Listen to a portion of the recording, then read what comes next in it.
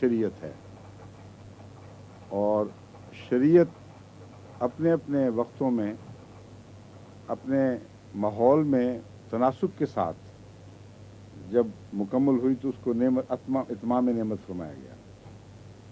تو نعمت میں جو تناسب کا معنی ہے وہ وہاں بھی پایا جاتا ہے، یعنی اس زمانے کے لوگوں کے لحاظ سے انعام مکمل ہو گیا، اتمام کو پہنچا، اور پھر ایک اور وقت بھی اتمام کو پہنچا، پھر ایک اور وقت بھی اتمام کو پہنچا۔ اگر یہ معنی لیا جائے کہ شریعت کامل ہونے کی طرف اشارہ ہے اتمام نعمت سے، تو کامل کے اوپر مزید کامل کیسے ہو گئی؟ ہر زمانے کی نبوت اور شریعت کو قرآن کریم نے نعمت اور اتمام نعمت کے لفظ سے یاد فرمایا ہے۔ تو جو آپ کو کہہ رہا تھا کہ نعمت کے اندر ایک تناسبی معنی پایا جاتا، نسبتی معنی پایا جاتا ہے، وہ اس میں بھی پایا جاتا ہے، یعنی اس زمانے کے لحاظ سے، نسبت کے لحاظ سے تمام دوسری فیض جو خدا کی طرف سے جاری ہوئے تھے ان میں یہ فیض سب سے اونچا تھا، اور یہ فلاں قوم کو ملا اور اس پہ تمام ہو گیا۔ ایک نعمت کے متعلق قرآن کریم میں بہت سی آیات ہیں، ان کے حوالے سے مضمون کے مختلف پہلو سامنے آتے ہیں، مگر سب سے اہم پہلو نبوت ہی کا ہے، یعنی اس کا آخری مرتبہ۔ بس جہاں من یطع اللہ میں نعمت کا ذکر ہے، وہاں صالح کو اتمام نعمت کا مظہر نہیں کہا جا سکتا، شہید کو اتمام نعمت کا مظہر نہیں کہا جا سکتا، تناسب ہے نا، چل رہا ہے اسی طرح۔ اور صدیق کو بھی اتمام نعمت کا مظہر نہیں کہا جا سکتا، مگر نبی کو اتمام نعمت کا مظہر کہا جا سکتا ہے۔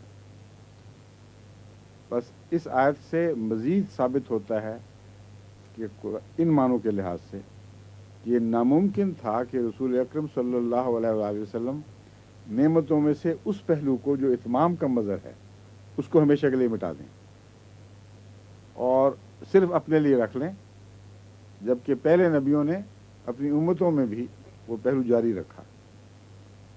مگر رسول اکرم صلی اللہ علیہ وسلم کے زمانے میں جو فرق ہوا ہے وہ یہ ہے کہ یہ نعمت محمد رسول اللہ کے وسیلے سے ملی، اور غیر قوموں، پہلی قوموں میں بغیر وسیلے کے بھی لوگوں پر اتمام نعمت ہوتا رہا، یعنی خدا کا براہ راست ان پر احسان تھا، اور لازم نہیں تھا کہ وہ ضرور کسی نبی کی پیروی کریں تب ان کو نعمت عطا ہو۔ حضرت ابراہیم نے کس نبی کی پیروی کی تھی اپنے زمانے میں؟ پہلے حصے میں تو ملتا ہے کہ حضرت نوح کی پیروی کی تھی، مگر حضرت نوح نے پھر کس کی پیروی کی تھی ان کے ذکر میں کہیں کچھ نہیں ملتا۔ بعضوں نے پیروی کی ہے، کچھ فیض پایا ہے، لیکن بعضوں نے اپنی طبی نیکی کو چمکا کر اپنی سعادت کو ایسا سیخل کیا کہ اس کے نتیجے میں اللہ کا فضل ان پر نازل ہوا اور ان کو نعمت عطا ہوئی۔ تو نعمت نبوت کو بھی کہتے ہیں، مگر فضل جو ہے وہ نبوت نہیں ہے، بلکہ فضل اس اختیار کو کہتے ہیں کہ جہاں مالک جس کو چاہے جو دے دے، وہ فضل ہے۔ بس فضل کا جو معنی ہے اس کی اب ہم اس میں شروع کر دیتے ہیں گفتگو۔ فضل اول تو دنیا اور دین دونوں قسم کی نعمتوں پر لفظ فضل استعمال ہوتا ہے، اور دنیا کے مال کو بھی فضل کہتے ہیں، اور فضل زیادہ چیز کو بھی کہتے ہیں، جس کا مطلب یہ ہے کہ استحقاق کے سوا اگر کچھ دیا جائے تو وہ فضل ہوگا، یعنی صرف استحقاق نہیں ہے۔ ان معنوں میں اللہ تعالیٰ فرماتا ہے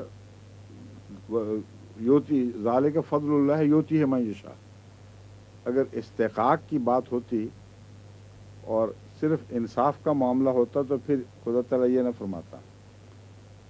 اسی لیے نبوت کو تمام پرانے علماء بھی وہبت کہتے ہیں، عطا کہتے ہیں، اگرچہ اللہ تعالیٰ دیکھتا ضرور ہے صلاحیتوں کو، مگر ان صلاحیتوں میں اجتماعی طور پر براہ راست یہ طاقت نہیں ہے کہ نبوت کا مرتبہ حاصل کر سکیں. یہ اوپر سے اترتا ہے اور یہ فضل ہے، یعنی ان کے ذاتی استحقاق سے بڑھ کر خدا کی طرف سے عطا ہونا. فضل کا معنی اچھا بھی ہوتا ہے اور بعض دفعہ برا بھی ہوتا ہے. برے معنوں میں فضل کا جو مصدر ہے وہ فضول ہے، اور کہتے ہیں غصہ جس کو زیادہ ہے اس کو بھی فضل الغضب کسی میں پایا جاتا ہے تو لفظ فضل استعمال ہوتا ہے.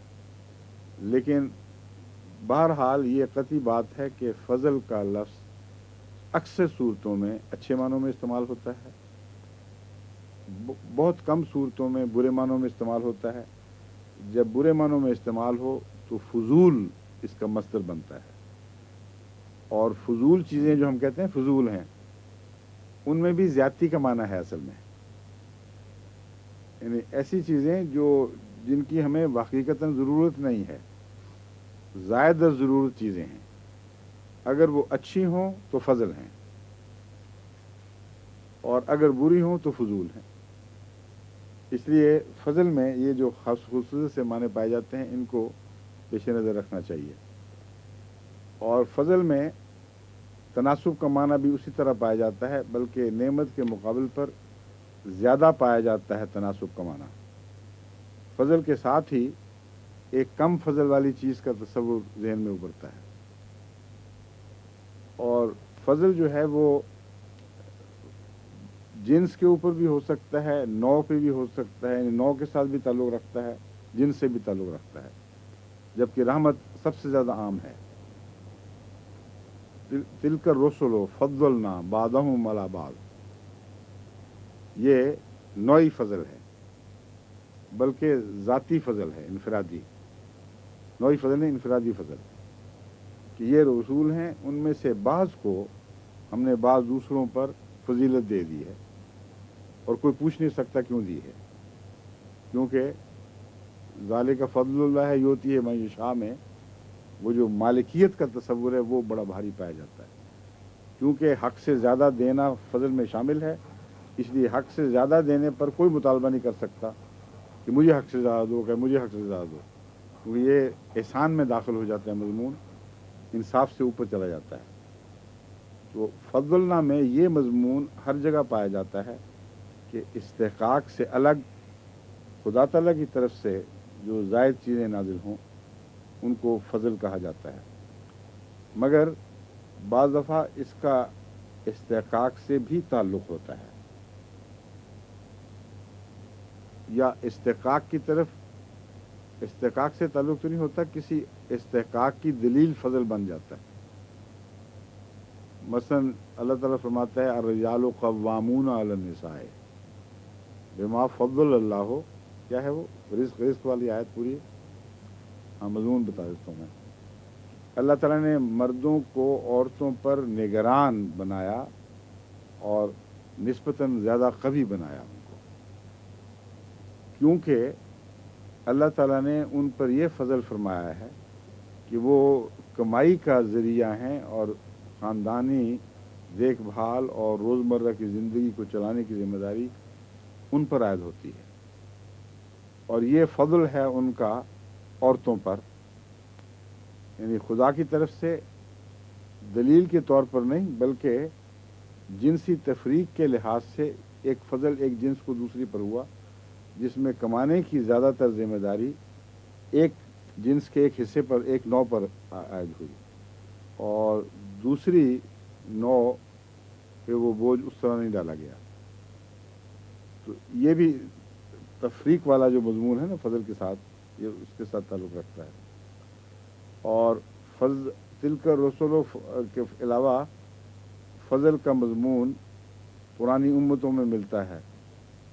بعض عورتوں کے متعلق فرمایا کہ ان کو ہم نے فضیلت دی، حضرت مریم کو فضیلت دی، اسی طرح بنی اسرائیل کو فضیلت دی. تو یہ فضیلتیں جو ہیں یہ ایک نوع کے ایک حصے کو دوسری نوع پر، اسی نوع کے دوسرے حصے پر، لیکن فضیلت کا تعلق نوعی فرق سے ہے، انسان کو ہم نے فضیلت دی ہے دوسروں پر، یعنی باقی جانوروں کی نسبت اس کے اوپر زیادہ احسان کے یعنی زیادہ اس کو استعدادیں عطا فرمائی گئیں، زیادہ صلاحیتیں عطا کی گئیں، تو فضل کا تعلق استعدادوں اور صلاحیتوں سے بھی ہے۔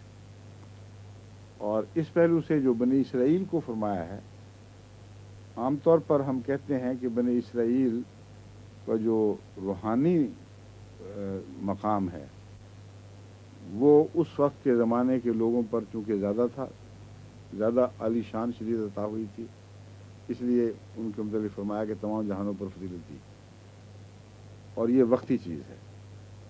مگر اگر دنیاوی صلاحیتوں کا مضمون پیش نظر رکھیں تو اس کو غیر محدود بھی کہہ سکتے ہیں، زمانے کے لحاظ سے ہر زمانے پر بھی آیت قرار دے سکتے ہیں۔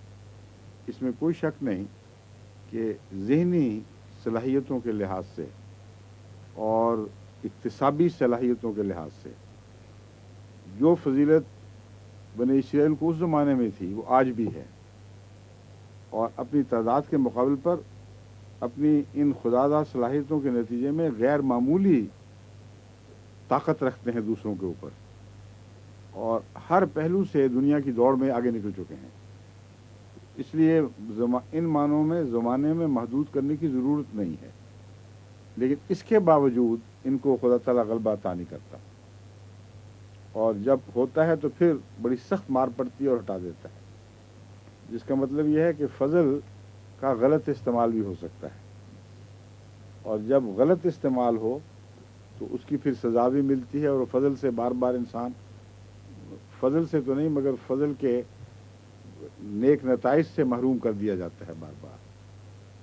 تو فضل کا عمومی معنی صلاحیتیں بھی ہے، اور وہ جو مرد کو عورت پر فضیلت کا ذکر فرمایا ہے وہ صلاحیتوں کے اعتبار سے ہے، بعض پہلو سے، سب پہلوؤں میں نہیں، اس پہلو سے کہ وہ رزق کمانے والا، اور دنیا کی اکثریت میں یہی بات صادق آتی ہے کہ کمائی کا اول ذمہ دار مرد ہوتا ہے اور عورت پر ثانوی ذمہ داری عائد ہوتی ہے۔ اور بھی بہت سے مفہوم ہیں، لیکن چونکہ وقت اب کافی ہو گیا ہے اس لیے اب ہم آج کا سبق شروع کرتے ہیں، ٹھیک ہے؟ بہرحال امید ہے اب جب آپ تلاوت میں رحمت، فضل، نعمت کو پڑھا کریں گے تو اس پس منظر میں آپ کے سامنے پھر اور بھی دلچسپ مضامین ابھریں گے، لیکن ایسے مضامین ابھرنے چاہیے جن کو قرآن کریم کی دوسری آیات تقویت دیتی ہوں، ان مضامین کا رد نہ کرتی ہوں، ورنہ انسان بعض دفعہ ذوقی تفسیر میں داخل ہو جاتا ہے، اور ذوقی تفسیر ایک معنی تو یہ ہے کہ ذوق سی باتیں ہیں اس کے لیے ہوں گی، دوسروں کے لیے نہیں، ایک ذوقی تفسیر گناہ بن جاتی ہے، اور اس کا مطلب یہ ہے کہ قرآن کریم کی دوسری آیات اس کو سہارا نہیں دیتی اس تفسیر کو، بلکہ اس سے متضاد ہو جاتی ہیں، متضاد ہوتی ہیں، اور انسان پھر بھی پیش کیے جاتا ہے اپنے کہ میرے ذوق کا نقطہ ہے، یہ جہالت ہے، اور یہ اسم بھی گناہ بھی بن جاتا ہے۔ اس لیے تفسیر میں یہ ہمیشہ رکھنا چاہیے پیش نظر کہ کوئی تفسیر ایسی نہیں ہونی چاہیے جس کو قرآن کریم کی دوسری آیت جھٹلا رہی ہو، اور اگر یہ سامنے آ جائے غلطی سے ایک انسان تفسیر سمجھ رہا ہے تو پھر انسان کا مقام یہی ہے کہ فوری طور پر اس تفسیر کو غلط سمجھ کر، اور جو تفسیر دوسری آیات کی روشنی میں ابھری ہے اس کے سامنے سے تسلیم خم کرے۔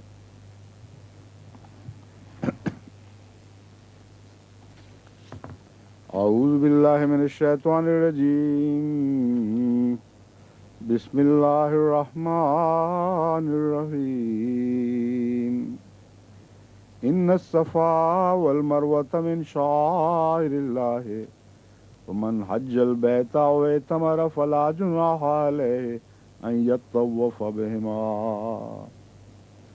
ومن تطوع خیرا فإن اللہ شاکر علیم۔ ان الذین یکتمون ما انزلنا من البینات والہدی ما انزلنا من البينات والهدى من بعد ما بيناه للناس في الكتاب اولئك يلعنهم الله ويلعنهم اللاعنون إلا الذين تابوا وأصلحوا وبينوا فأولئك أتوب عليهم وأنا التواب الرحيم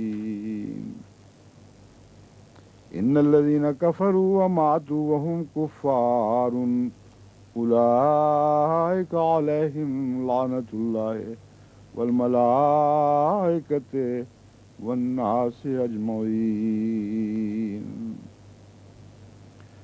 والملائكة والناس أجمعين خالدين فيها لا يخفف عنهم العذاب ولا هم ينظرون وإلهكم إله واحد لا إله إلا هو الرحمن الرحیم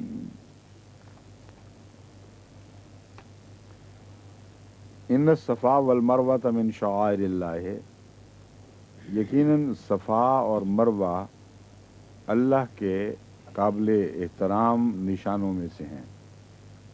یعنی ویسے تو خدا کے بے شمار نشانات ہیں، ان کی گنتی کوئی نہیں، مگر بعض نشان خدا کے ایسے ہیں جن کو بنی نوع انسان کے لیے محترم قرار دے دیا گیا ہے کہ وہاں عزت کرو اور احترام سے پیش آؤ اور کسی قسم کی گستاخی اور بے ادبی کا طریق اختیار نہ کرو. ان کو شاعر اللہ کہا جاتا ہے اور اس کی بے حرمتی کو بہت بڑا گناہ سمجھا جاتا ہے. تو یہ بھی ان نشانات میں سے ہے جن کو اللہ تعالیٰ نے محترم قرار دے دیا. فمن حج البیتا اوے تمرا، بس جو کوئی بھی البیت یعنی خانہ کعبہ کا حج کرے یا اوے تمرا یا عمرہ کرے.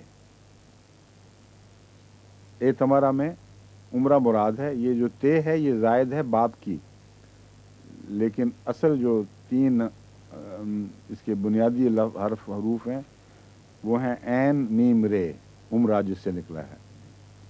تو قصب تے جو آ جاتی ہے یہ اپنانے کے لیے معنوں میں آتی ہے، تو جو عمرہ کر لے ان معنوں میں ہے.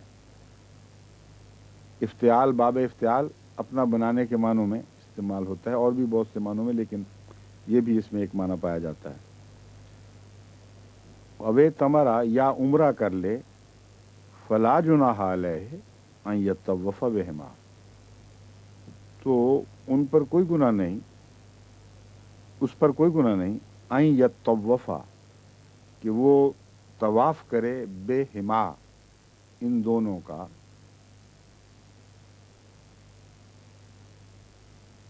واضح ہے بالکل. اوے تمرا او کا او جو لفظ ہے اس کا مطلب ہوتا ہے یا. جب اس کے بعد حمزہ شروع ہو تو او اے تمرا کی بجائے اوے تمرا پڑھا جاتا ہے. یہ پڑھنے میں آسان اور یہی طریق ہے جو عربوں میں رائج تھا، اسی کے مطابق قرآن کریم کی تلاوت ہوتی ہے. او اے تمرا کی بجائے اوے تمرا. اب جو لفظ ہے اس کو عام طور پر او پڑھیں گے، جب آگے حمزہ آئے گا تو پھر یہ اب پڑھا جائے گا. اوے تمرا فلا جناح، لا کا مطلب نہیں، جناح میں نے گناہ، جناح اور گناہ صرف تلفظ کا فرق ہے ورنہ ایک ہی چیز ہے. اب سوال یہ ہے کہ گناہ کیوں فرمایا گیا، اس کو گناہ نہیں ہے.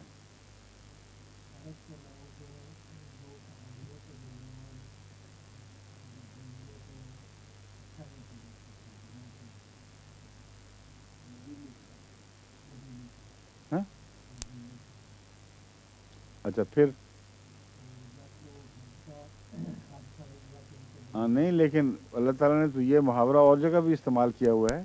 ہر جگہ آپ کو یہ اس کا پس منظر ڈھونڈنا پڑے گا کہ صلح کر لو آپس میں، میاں بیوی لڑو، کوئی گناہ نہیں ہے. ہر اچھے کام کے لیے یا مختلف اچھے کاموں کے لیے یہی محاورہ ہے فلا جناح.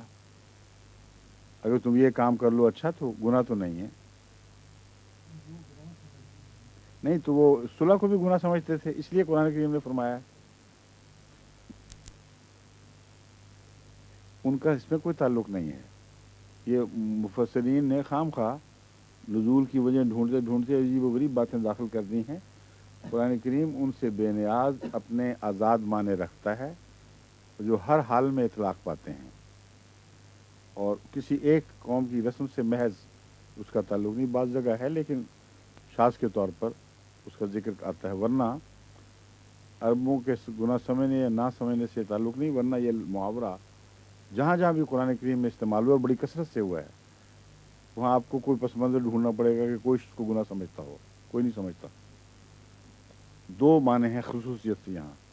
ایک یہ کہ اللہ تعالیٰ نے خصوصاً قرآن کریم میں توحید کا اتنا سبق دیا ہے اور اتنا زور دیا ہے کہ توحید کے خلاف اگر کوئی شک والا مضمون دکھائی دے تو وہاں بتانا ضروری تھا کہ تم بظاہر بیت کا طواف کرو گے، لیکن یہ نہ سمجھنا کہ یہ شرک ہے، کیونکہ یہ جو بیت کا طواف ہے یہ اور وجوہات سے کیا جا رہا ہے، اس کو خدا سمجھ کے نہیں کیا جا رہا. سمجھے ہیں؟ اس لیے جو دوسرے کرتے تھے عرب، وہ اندر بت رکھے ہوتے تھے، اس لیے ان کے تصور میں بتوں کی پوجا کا بھی ایک یہ طریق تھا کہ اس کا طواف کرتے تھے. لیکن اللہ تعالیٰ نے فرمایا ہے کہ مسلمانوں کے ذہن میں کہیں یہ طبعاً روک نہ پیدا ہو جائے کہ ہم تو وہی حرکت کر رہے ہیں جو مشرک بھی کیا کرتے تھے، اور ہمارے ساتھ خیالات میں بھی کہیں ایسی بدی نہ داخل ہو گئی ہو. تو اللہ فرماتا ہے کہ ہرگز نہیں، تم لوگ موحد ہو، پاک صاف قوم ہو، تمہارے تصور میں بھی شرک کا کوئی مضمون نہیں داخل ہوگا جب تم طواف کرو گے، اس لیے کوئی گناہ نہیں. دوسرا فلا جناح کا گناہ محاورہ یہ بتاتا ہے کہ کسی کو ترغیب دی جاتی ہے تو یہ کہا جاتا ہے. مثلا کسی کو کہیں کچھ کھا لو، کھانا کھا لو، گناہ تو نہیں ہو جائے گا، یہ کام کر لو، گناہ تو نہیں ہو جائے گا. یہ ایک ترغیب کا طریق ہے جو ہماری اردو زبان میں بھی اسی طرح رائج ہے، اور عربی میں بھی ان دوسری جگہوں پہ یہ معنی ہوں گے جہاں شرک کا مضمون نہیں کہ تم میاں بیوی صلح کر لو، گناہ تو نہیں ہوگا، اچھی بات ہے. تو لا جناح کا مطلب یہ نہیں کہ خطرہ تھا کہ وہ گناہ سے ڈر رہے ہیں اس لیے صلح نہیں کر رہے ہیں. مراد یہ ہے کہ اچھی چیز ہے، کوئی حرج نہیں ہے، فائدہ ہی ہوگا. تو لا جناح کا اپوزٹ معنی پایا جاتا ہے ایسی صورت میں کہ گناہ چھوڑ کے ثواب کا موقع ہے. وہاں گناہ کی نفی ثواب کی طرف اشارہ کرتی ہے اور رضا باری تعالیٰ کے حصول کی طرف اشارہ کرتی ہے. تو ان معنوں میں بھی یہاں یہ ٹھیک بیٹھے گا. فلا جناح علیہ ان یطوف بہما، تو اگر وہ طواف کرے گا تو اس کو ثواب ملے گا، اس کو کسی قسم کا بھی منفی خطرہ کوئی نہیں ہے. فإن اللہ شاکر علیم، اور یقیناً اللہ تعالیٰ بہت ہی شکر کرنے والا لکھا ہوا ہے ظاہر میں، لیکن اللہ تعالیٰ شکر جو کرتا ہے اس کے معنی ہے شکر کا حق ادا کرنے والا. اللہ شاکر ہے یعنی اللہ تعالیٰ شکر کا حق ادا کرنے والا ہے.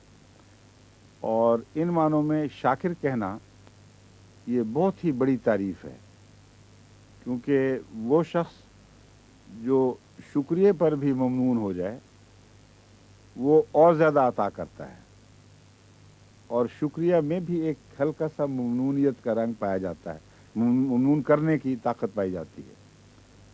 تو اللہ تعالیٰ کے اوپر تو کوئی رکھ نہیں سکتا، اس لیے وہ شکر کے نتیجے میں پھر اتنا زیادہ دے دیتا ہے کہ کسی انسان میں کوئی یہ تصور بھی نہیں پیدا ہو سکتا کہ میں نے خدا کا شکر ادا کر کے وہ احسان اتار لیا ہے. تو ہر حالت میں وہ زیر احسان ہی رہے گا.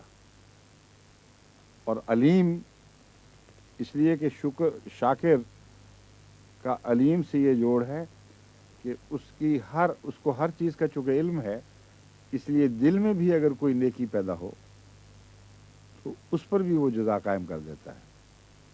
یعنی ایک انسان کے دل میں نیک خیال آیا ہے اور وہ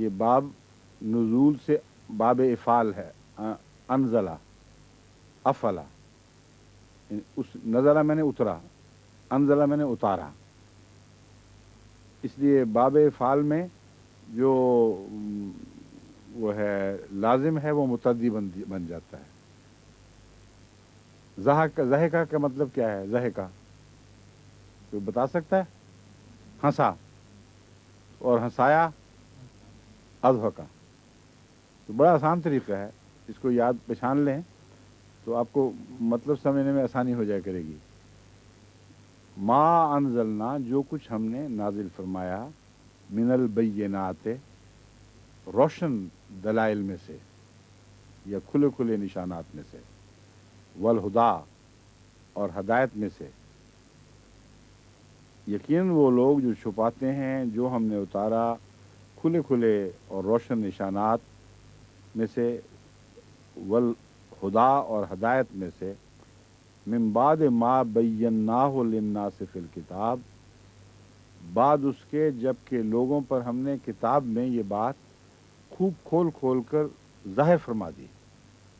یعنی وہ یہ وقت وہ بتایا جا رہا ہے جب نہ صرف یہ کہ شریعت ابھی نازل ہوئی ہے، بلکہ شریعت میں جو باتیں نازل ہوئیں وہ کتاب کی صورت میں شہرت پا گئیں، لوگوں کو پتہ چل گیا، عام ہو گئیں کہ خدا کا یہ منشا ہے۔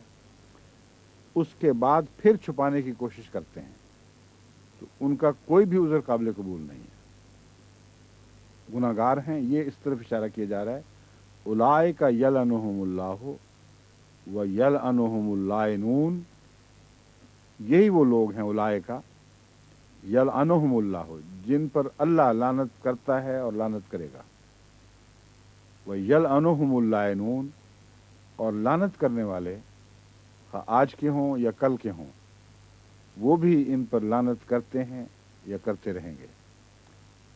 تو یہ بہت ہی خبیثانہ فعل ہے کہ اللہ تعالیٰ کی تعلیم جو رائج ہو چکی ہو اس میں تبدیلیاں اس کو کسی ذاتی غرض سے یا اپنے فرقے کی غرض سے لوگوں سے چھپایا جائے، اس پر ہاتھ رکھ دیا جائے۔ الا الذین، یہ زمانہ بتاتا ہے بات کا ہے، جب نبی خود موجود ہو تو جو تعلیم اس پر اترتی ہے وہ کھول دیتا ہے اس کو۔ من بعد ما بیناہ للناس سے اس طرف اشارہ معلوم ہوتا ہے کہ ہم نے نبی کے ذریعے ان تعلیمات کو رائج بھی کر دیا، کھول بھی دیا، اور کتاب میں یہ باتیں آ گئیں، درج ہو گئیں۔ جب چھپاتے ہیں وہ بات کا زمانہ معلوم ہوتا ہے، کیونکہ اس وقت پھر لوگوں کو، عامت الناس کو نہیں پتہ ہوتا، یاد نہیں ہوتی یہ باتیں، علماء کو پتہ ہوتا ہے۔ تو علماء اس علم کے باوجود کہ اپنے وقت میں یہ باتیں خوب شہرت پا گئی تھیں اور روشن تھیں، کوئی شک کی گنجائش نہیں تھی، پھر بھی جب بعد کے زمانے میں جو ہلاک کی کثرت ہو جاتی ہے اس وقت وہ ان سے چھپانے لگ جاتے ہیں۔ جیسے آج کل اکثر مذاہب کا حال ہے، ان کے علماء کو پتہ ہے اور لوگوں کے سامنے وہی باتیں پیش کرتے ہیں جو کرنا چاہتے ہیں، باقی باتوں کو چھپا لیتے ہیں۔ الا الذین تابوا واصلحوا، سوائے ان لوگوں کے جنہوں نے توبہ کی اور اصلاح کر لی، اپنی اور دوسروں کی بھی۔ اصلحوا کا مطلب ہے وہ مصلح بن جاتے ہیں، توبہ ہی نہیں کرتے بلکہ اصلاح کرنے لگ جاتے ہیں، اور اصلحوا سے مراد اپنی اصلاح بھی ہے۔ وبینوا، اور پھر جو باتیں لوگ علماء چھپاتے ہیں وہ انہیں کھول کھول کر بیان کرتے ہیں۔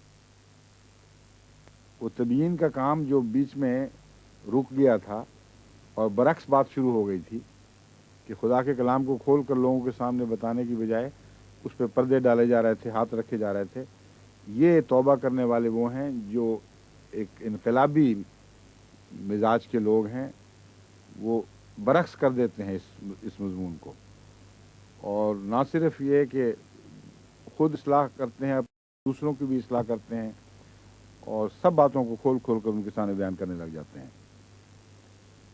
اولئک فاولئک اتوب علیہم، یہ وہ لوگ ہیں جن کے طرف میں توبہ قبول کرتے ہوئے مائل ہوتا ہوں۔ اور ان سے مغفرت کا سلوک کرتا ہوں. اتوب الیہ کا مطلب ہے ان پر جھک جاتا ہوں ان کی توبہ کو قبول کرتے ہوئے. وَأَنَا التَّوَّابُ الرَّحِيمُ، اور میں بہت توبہ کرنے قبول کرنے والا اور بار بار رحم کرنے والا ہوں. رحم کے تعلق میں یہ بھی یاد رکھنا چاہیے کہ ایک روایت میں آتا ہے اللہ تعالیٰ دنیا کے لیے رحمان ہے اور آخرت کے لیے رحیم ہے. اس کا کیا مطلب ہوا؟ رحمان اور رحیم پر کیا روشنی پڑی اس سے؟ رحیم کے معنوں میں نیک اعمال کی جزا دینا کا معنی پایا جاتا ہے، اور چونکہ رحمانیت کسی عمل کی جزا نہیں ہے اس لیے ساری دنیا رحمانیت کے تابع ہے. لیکن قیامت کے دن رحیم کی جلوہ گری ہوگی کہ اعمال کی جزا دی جائے گی، اچھی جزا بھی، اور مالک کے میں اس کے دوسری جزا کی طرف بھی اشارہ ہو گیا ہے.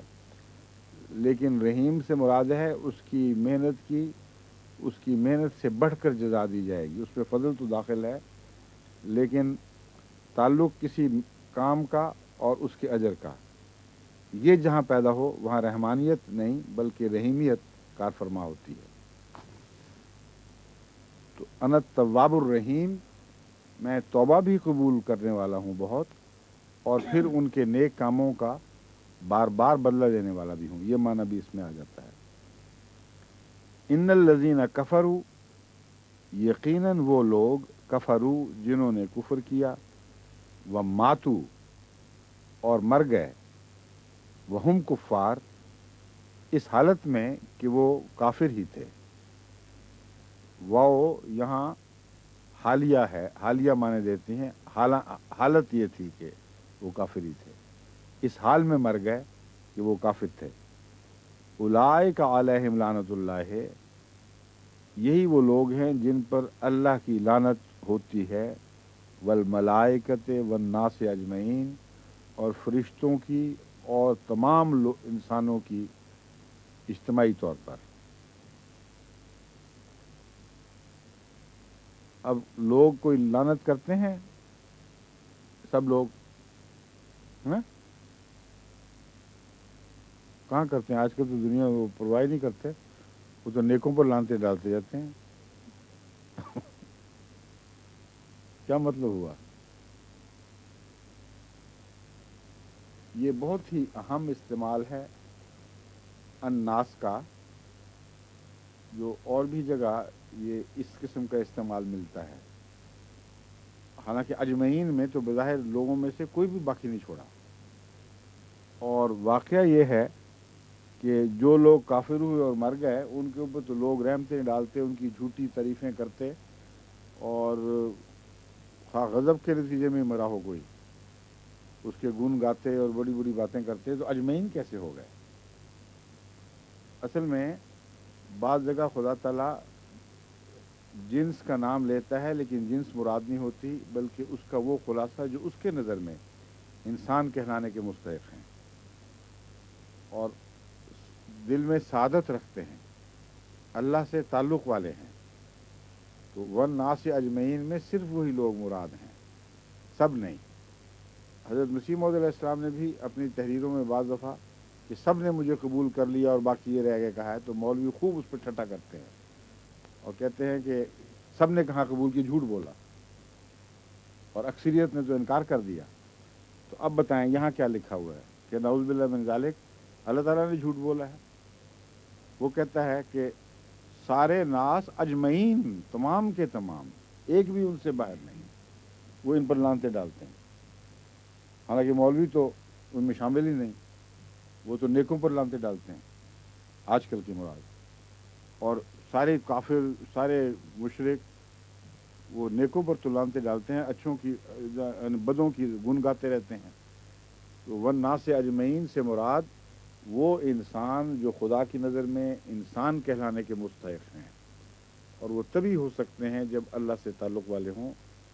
ان سب کی اجتماعی لعنت ان پر پڑتی رہتی ہے.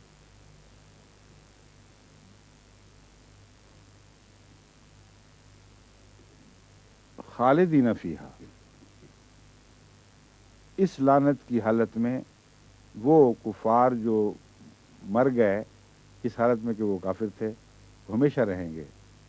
لا یخفف عنہم العذاب، تخفیف جس کو ہم اردو میں کہتے ہیں اس سے فعل بنتا ہے یخفف، نہیں تخفیف کی جائے گی، مضارع مجہول ہے. ان سے العذاب، عذاب میں تخفیف یعنی کمی نہیں کی جائے گی. ولا ہم ینظرون، اور وہ مہلت نہیں دیے جائیں گے. آج کا وقت ختم، ٹھیک ہے؟ کیوں جی ختم ہو گیا؟ اچھا، السلام علیکم، خدا حافظ.